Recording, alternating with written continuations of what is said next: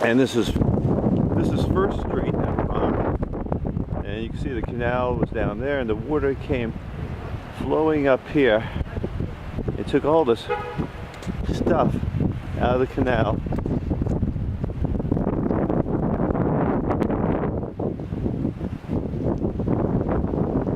And it went across Bond Street and stopped over here.